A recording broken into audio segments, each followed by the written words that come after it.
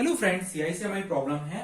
Some of rupees 44,200 is divided between John and Smith 12 years and 14 years old respectively in such a way that if their portion be invested at 10% per annum compound interest they will receive equal amount on reaching 16 years of ages. First, what is the share of each out of rupees 44,200 and second, what will each receive when 16 years old. Now friends, यहाँ पर 44,200 को John और Smith जो कि आपके 12 year और 14 year old हैं उसमें ऐसे डिवाइड करना है कि if their portion invested at the rate of 10% then at the age of 16 both receive equal amount. तो फ्रेंड, हम दोनों का अमाउंट निकालते हैं और इसके लिए फर्स्ट ऑफ ऑल हमें रिक्वायरमेंट होगी बोथ के शेयर की। तो एज्यूम करते हैं first of all let be the share और पोर्शन भी कह सकते हैं आप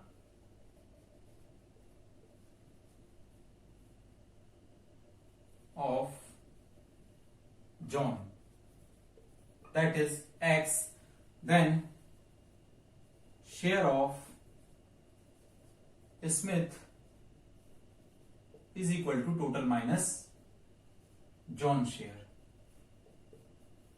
okay friend, now for John P is equal to इनका पोर्शन और R is equal to 10% and T is equal to now present age से एट द एज ऑफ जब इनको मेच्योरिटी चाहिए उस पर कितना टाइम डिफरेंस है। तो 16 माइनस 12 यानी कि जो जॉन का इन्वेस्टमेंट है वो 12 ईयर से 16 ईयर तक के लिए 4 इयर्स का होगा। तो हमने इसको निकाल लिया 4 इयर्स और क्योंकि हम वो यूज करेंगे तो यहां पर एन यूज कर सकते हैं।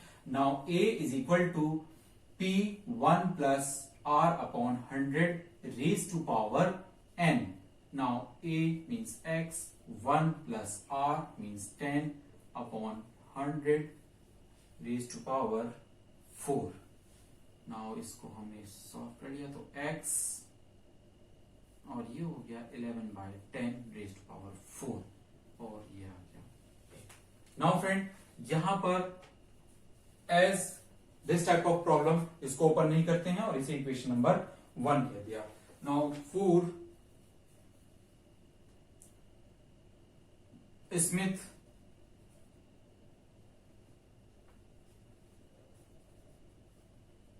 P is equal to his share और जो कि आपका है 44,200 माइनस एक्स।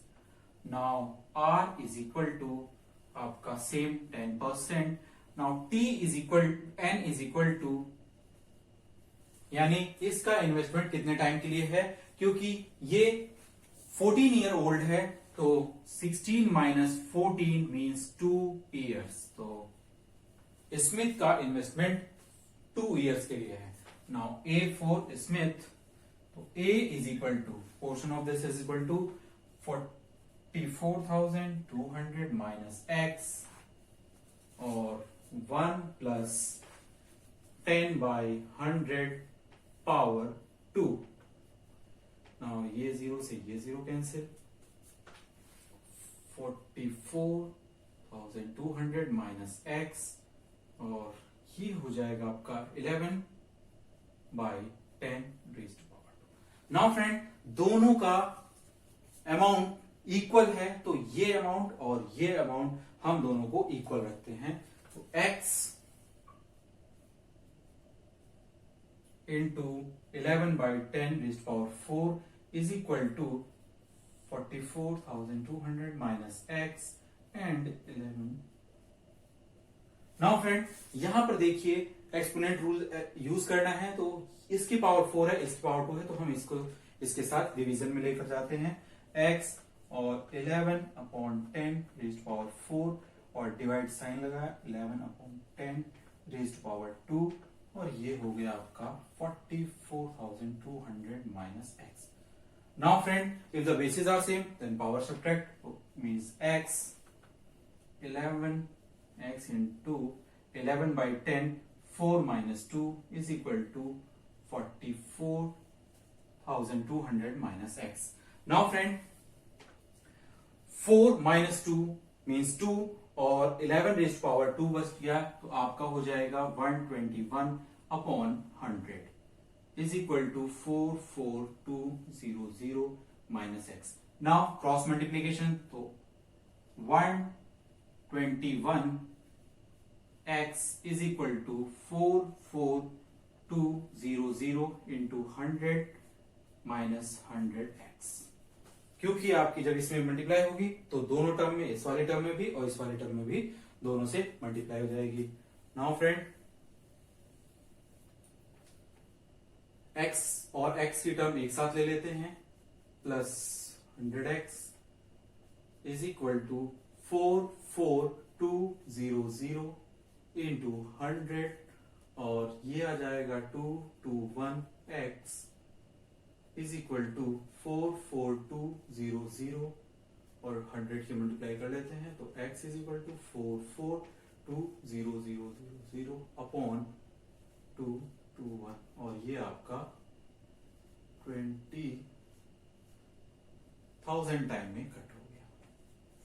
तो यानी कि आपका शेयर ऑफ जॉन x, तो वो 20, तो शेयर ऑफ या पोर्शन भी कह सकते हैं, share of John is equal to ₹20,000 and share of Smith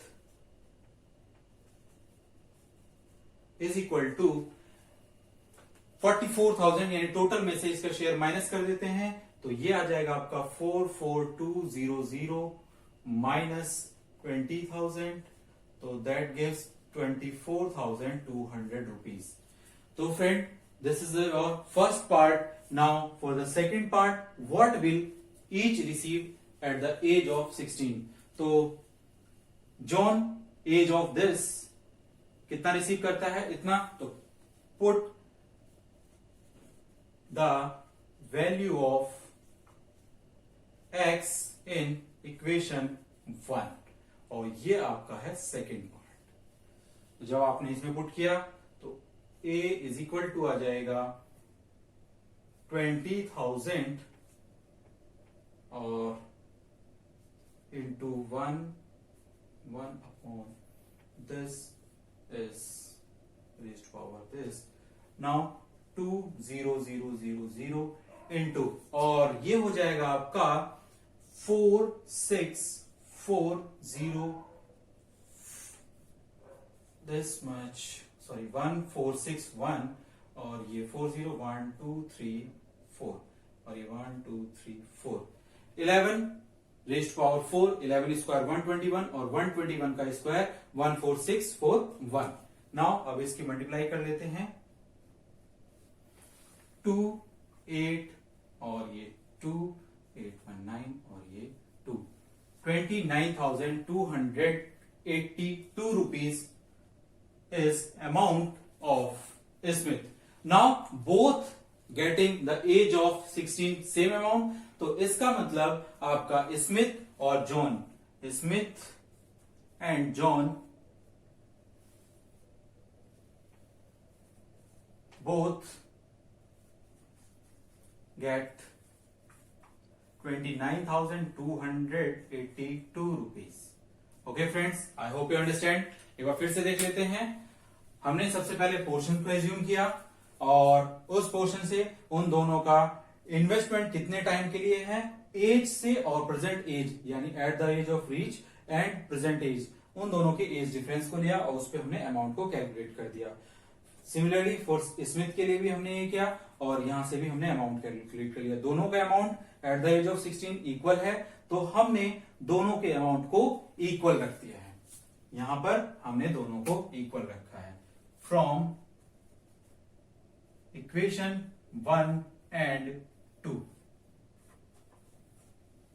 okay friend, now जब इक्वल रखा तो यहां से हमारे पास सिर्फ ये एक्सपोनेंट लॉ को यूज करना है और x की वैल्यू कैलकुलेट हो गई और यहां से फिर ये x की वैल्यू, जो कि x की वैल्यू कैलकुलेट किया है और x की वैल्यू इज अ पोर्शन और शेयर ऑफ जॉन, जो कि हमारा 20,000 आ गया. नाउ दूसरे पोर्शन के लिए टोटल में से हमने उसका शेयर माइनस कर दिया, जो कि शेयर ऑफ स्मिथ है 24,200.